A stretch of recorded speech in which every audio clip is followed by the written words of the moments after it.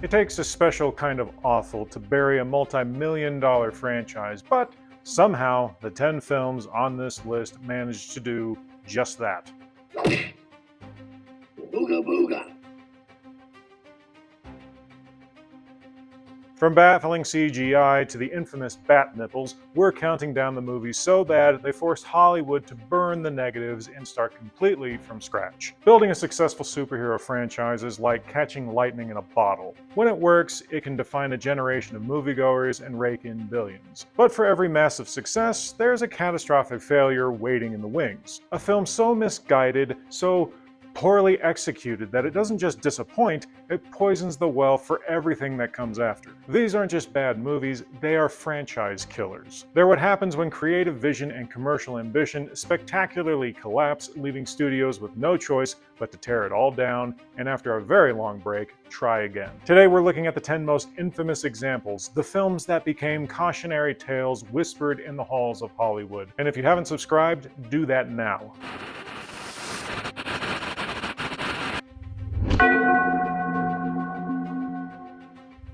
Kicking off our list is the forgotten child of the Marvel Cinematic Universe. Released just a month after the game-changing Iron Man, The Incredible Hulk was supposed to be the second pillar of the Marvel's new shared universe. Instead, it became a weird standalone anomaly. The movie itself isn't a total train wreck, it's a decent action flick with some cerebral storytelling. The real problem wasn't what was on screen, however, but what happened behind it. Star Edward Norton, who's known for being a very hands-on actor, had a vision for a darker, more psychological story. He did major rewrites on the original script, but the studio wanted a faster, more action-packed blockbuster that fit their new house style. This creative clash led to a tense production and even uglier post-production, where Norton and the director battled the studio over the final cut. The fight got so public that by the time the movie came out, the damage was done. Norton even refused to do much of the promotional tour, which tells you everything you need to know. While the film wasn't a bomb, the behind-the-scenes drama made Marvel hesitant to continue with this particular franchise. When it was time to assemble the Avengers,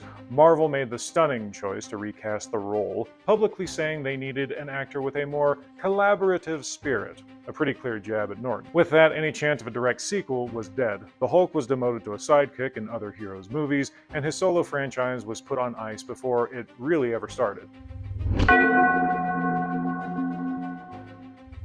The first Ghost Rider from 2007 was a success. Critics panned it, but it earned just enough box office firepower to justify a sequel. 4 years later, Spirit of Vengeance roared into theaters and promptly torched whatever goodwill the first film had built. Directed by the team behind Crank, the sequel took the melancholic camp of the first film and opted for high-octane chaotic energy with seizure-inducing overdrive. For better or worse, the first film had a fairly, if not forgettable, plot you could follow. Spirit of Vengeance mostly felt like a string of frantic, disjointed action sequences barely stitched together by the thinnest of narratives. I'll admit that the paper-thin story is one of its biggest failings, but for all its narrative weakness, there were elements I genuinely enjoyed. The acting was solid across the board, Cage's Ghost Rider was beautiful lunacy personified, and the CGI, contrary to some critics, looked fantastic in its gritty, hellfire-soaked way. Still, none of that could save the franchise. Critics shredded it for its lackluster storytelling and headache-inducing camera work, and audiences largely stayed away, even though it was financially more viable than its predecessor. But for the studio, the failure was so complete that Ghost Rider was banished to movie jail, only resurfacing years later in a smaller, unrelated role on Agents of S.H.I.E.L.D. Spirit of Vengeance may be a mess, but for me, it's a fascinating mess. One with flashes of brilliance that just couldn't overcome the weight of its own flaws. The first two Blade films were game changers. The 1998 original proved Marvel could do R-rated action long before Deadpool was ever on screen. And Guillermo del Toro's 2002 sequel is still considered one of the best comic book sequels ever. The franchise had momentum, acclaim, and a star in Wesley Snipes, who was, and still is, the vampire-slaying Daywalker. Then came Blade Trinity, a movie whose behind-the-scenes drama is way more entertaining than anything that actually ended up on screen. The production was a legendary disaster, mostly because of its star's alleged behavior. Reports from the set painted a picture of Wesley Snipes in open war with director David S. Goyer. Snipes, also a producer, reportedly hated the script, feeling it pushed Blade aside for the younger Night Stalkers played by Ryan Reynolds and Jessica Biel. Fair argument, I'd say. According to his co-star Patton Oswalt, Snipes would often just stay in his trailer, only communicating with the director through passive-aggressive post-it notes signed from Blade. That chaos is all over the film. It ditched the dark, horror tone of the first two movies for a quippy, comedic vibe that just didn't work with its main character. Ryan Reynolds' one-liners clash horribly with Blade's grim silence, and the villain Dracula is turned into a generic muscle-bound goon. Maybe the most infamous example of the on-set chaos is a scene where Blade is on a morgue table. Snipes allegedly refused to open his eyes for the shot, so the VFX team had to CGI them in, creating what are now some of the most laughably bad fake eyes in movie history. The film was a critical dud that brought the once unstoppable franchise to a screeching halt. It took almost 20 years for Marvel to even think about reviving the character, which shows just how badly Trinity wrecked Blade's legacy.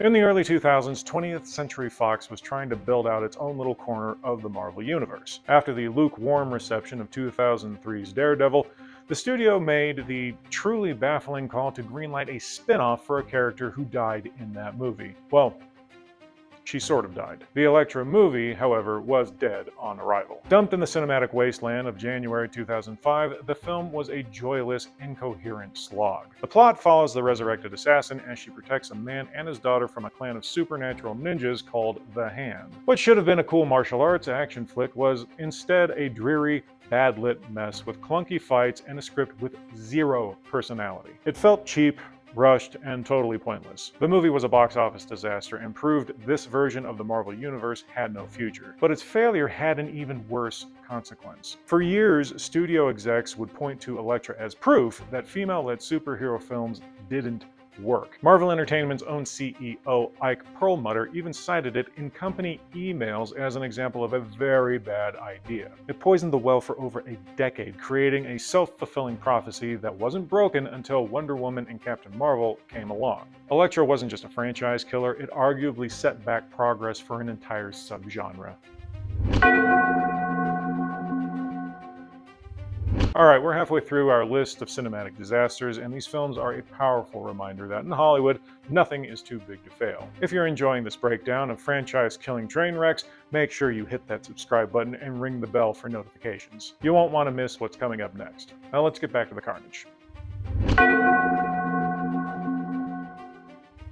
For years, Dwayne "The Rock" Johnson promised that his arrival in the DC universe would change the hierarchy of power. His passion project, Black Adam, was sold as a massive event that would usher in a new era for the struggling DC Extended Universe. It definitely caused a shift, just not the one he intended. Instead, it became one of the last most expensive nails in the DCEU's coffin. Now you might be saying to yourself, hey there, albino gorilla, the Snyderverse was already on its way out. Black Adam didn't kill the franchise. Fair enough, but we can at least acknowledge that Black Adam at least marked the end of the era, and even with the changing of the leadership at Warner, when the film finally came out, it was a critical dud. It was a generic, by-the-numbers origin story with bland side characters and murky, uninspired CGI action. Despite The Rock's charisma, Black Adam felt one-dimensional, a violent anti-hero whose catchphrase was more interesting than his personality. The movie ended up being a box office disappointment, and the public arguments between Johnson and the studio over whether it actually made money just soured its legacy even more. How do you follow up a billion-dollar hit? Well, not like this. 2019's Captain Marvel was a success, whether you like it or not, but its 2023 sequel, The Marvels, made history for all the wrong reasons. It became the lowest-grossing film in the entire Marvel Cinematic Universe, a shocking failure for a studio that once seemed like it could do no wrong. Not to say that Marvel Studios was earning a lot of goodwill with its television lineup, but nevertheless, the film was fighting an uphill battle from the get-go. It was a sequel to Captain Marvel, but also to two different Disney Plus shows, WandaVision and Ms. Marvel. That meant casual viewers were totally lost if they hadn't done their homework. On top of that, the 2023 actors' strike prevented its stars from promoting the film, crippling its marketing campaign. But the film's problems ran deeper. The story, which has its three heroines swapping places every time they use their powers, which was completely inconsistent, felt more like a flimsy sitcom plot than a high-stakes cosmic adventure. The villain was forgettable and the tone was all over the place, jumping between goofy comedy and universe-ending threats without ever finding a rhythm. The result was a movie that was just bad. Its box office performance was genuinely stunning, a humiliating blow for a studio used to breaking records. The failure of The Marvels heightened the debate about superhero fatigue and whether the MCU's interconnected model could last. It proved a growing suspicion that the Marvel brand was no longer a guaranteed hit, and it reportedly forced a major rethink of Disney's entire Marvel strategy, putting the future of these characters in serious doubt. And at the very least, I think we can all agree that we're most likely not going to get another Marvel movie anytime soon. The Fox X-Men franchise was a roller coaster with incredible highs like Logan and crushing lows like X-Men Origins Wolverine. But it saved its most pathetic whimper for the very end. Dark Phoenix was supposed to be the epic finale to the storyline that began with X-Men First Class. It was their second shot at one of the most iconic X-Men comic stories, and they fumbled it again, delivering a joyless, lifeless movie that served as a miserable tombstone for a 19-year-old franchise. The film was plagued with problems. Longtime writer Simon Kinberg was directing for the first time, and it showed. The script was thin, the characters felt underdeveloped, and the emotional stakes of Jean Grey becoming the Phoenix just weren't there. Massive, expensive reshoots were ordered after the original ending was apparently too similar to another superhero movie, resulting in a climax that felt rushed and tacked on. By the time Dark Phoenix came out, its fate was already sealed. Disney had bought 20th Century Fox, and everyone knew the X-Men were getting a full reboot in the MCU. That knowledge completely drained the film of any stakes. I mean, why care about the finale of a story that's about to be erased anyway? The reviews were some of the worst in the franchise's history. It bombed hard. It became the lowest grossing X-Men movie and reportedly lost the studio over $133 million. It was an embarrassing end for a franchise that was once a cornerstone of the genre. Dark Phoenix was the cinematic equivalent of a funeral that no one wanted to attend. Before the DCEU, before Man of Steel, there was another plan. In 2011, Warner Bros. Wanted Green Lantern to be their Iron Man, the movie that would kick off a massive interconnected DC cinematic universe. It starred Ryan Reynolds, one of the most charismatic actors on the planet, and was based on a character with limitless potential. What could possibly go wrong?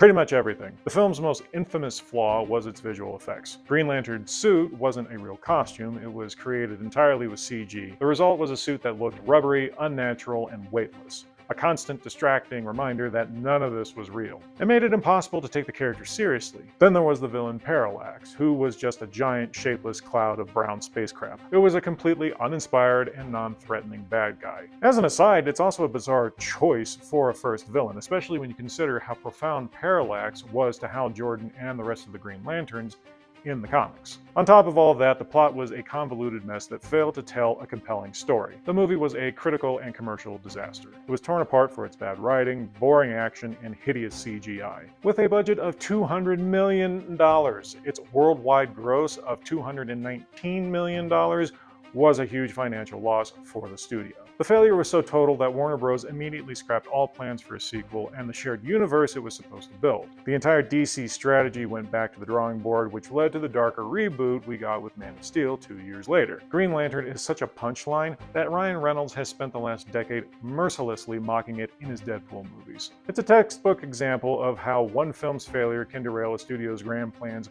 for years. Some movies are bad. Others are legendary disasters. 2015's Fantastic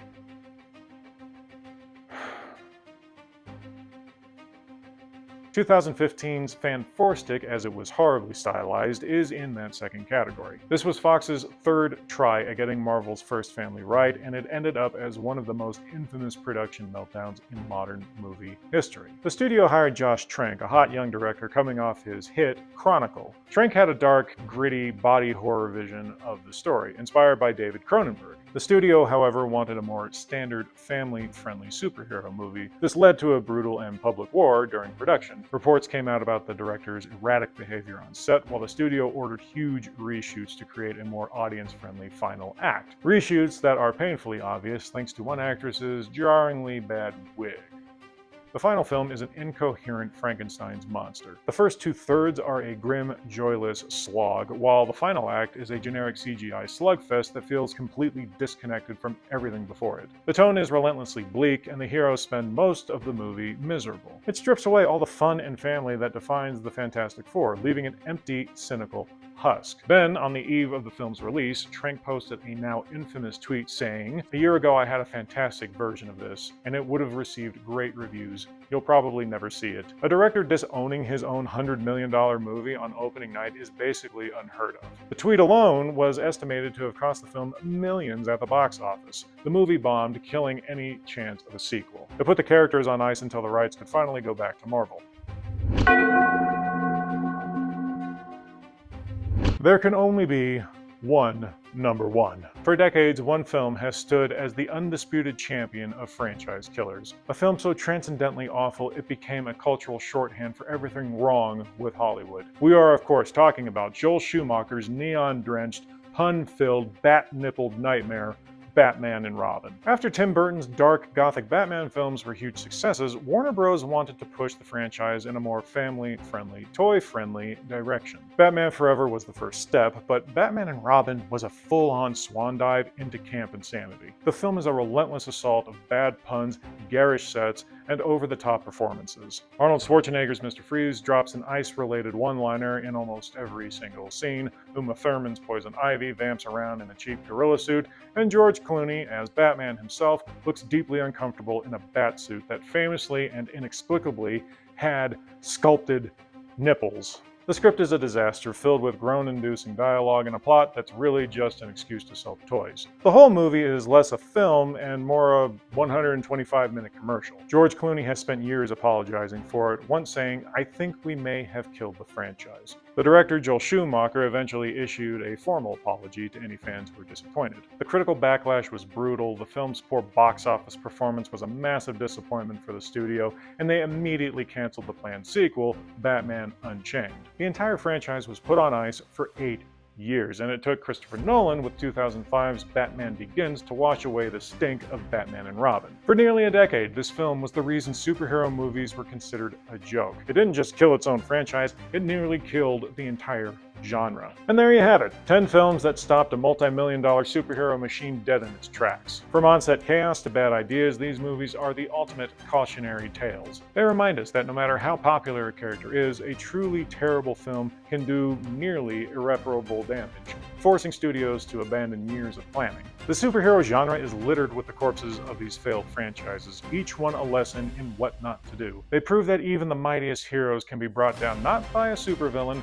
but by a truly awful movie. What do you guys think? Did we miss any franchise-killing disasters? What's your pick for the #1 worst offender? Let us know down in the comments, and while you're here, don't forget to like, subscribe, and hit the notification bell. Booga booga.